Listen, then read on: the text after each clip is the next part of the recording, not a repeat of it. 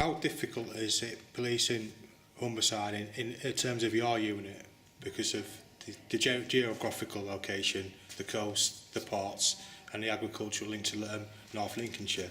How difficult is it to keep an eye on modern slavery? It's a challenge because our dwindling numbers of police staff are a factor in that. We don't have those community police officers like we used to historically 10, 15, 20 years ago. That said, that is a forced priority, and that community aspect of our policing is coming more and more to the fore. So whilst I haven't got an answer for you today, I'm hoping that that process that we're putting in place as a police service and as Humberside Police being supported by the PCC around not closing our police stations, putting our intelligence function back into the realms of neighbourhood policing and actually interacting with our communities, because we lost that for a little while, and that's certainly now at the forefront of everything that we're going to do as a force around vulnerability, around safeguarding and around that actual engagement with our sometimes hard to reach communities, because our demographic is changing and it's constantly changing, and we are a portal area. North and south bank of the river is a portal area, so that ability to come from Europe straight into the UK is huge for us. You mentioned just about the ports there.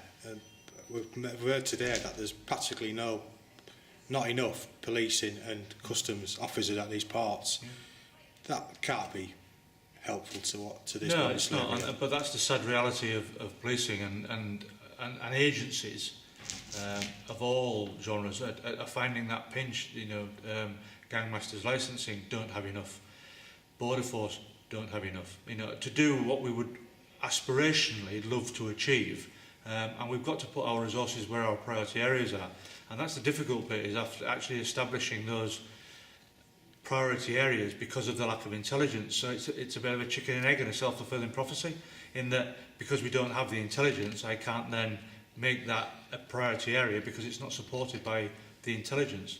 And the lack of intelligence means that vice versa, that you won't see the staff there that perhaps we should have there. With you mentioning Hull's growing diversity of ethnic minorities and general demographic changing, I mentioned it before, but are people less likely to come to you and say, I think there's something wrong next door? Because it might just be deemed as, they might think it might be coming across as racist. Do you think that might be could be one of the curveballs to reporting stuff? No, I don't think so anymore. I think that there's been a significant, it's probably the contrary, if I'm actually honest. I think people, because of what's happening with, and Brexit features an awful lot, and we may think it's going to just happen and just go along as a political agenda. It won't. That will have an impact in all sorts of areas of policing, certainly. And I think Brexit and that, when you look at people reporting things because they see it as racist, that doesn't happen anymore. They report it because a lot of them have an angst against migration. So they want to report it and they want to highlight it. And that's sort of a negative positive, if you like. They're doing it for the wrong reasons, but at least I'm finding out the intelligence. And it's that moral stance that people are now taking around, certainly when we speak to people around migration and immigration, they don't want to see that coming into our cities anymore. And so they'll report it, and they'll report all of those what historically probably wouldn't have been reported. But as I say, they're doing it potentially for the wrong reasons, but at least I'm seeing that intelligence come through.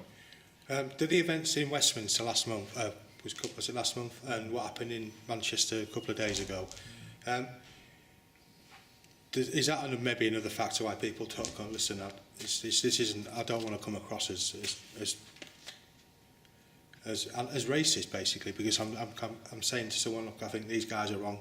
I think this guy's wrong. I've done it myself. I've reported someone I thought was willing to, just after the Charlie Hebdo attack in Paris, I was working in the kitchen, and they came on the news, and then 2 seconds after it went off, they were going, Charlie Hebdo, yeah. I reported it to you guys. I thought that would be the right thing to do, but when I did it, I thought, I'm being racist here. No, and I think more and more people are taking the same view as you. They won't.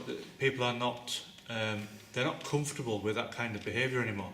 Whereas before they would bury their head a little bit and think it's not really my business.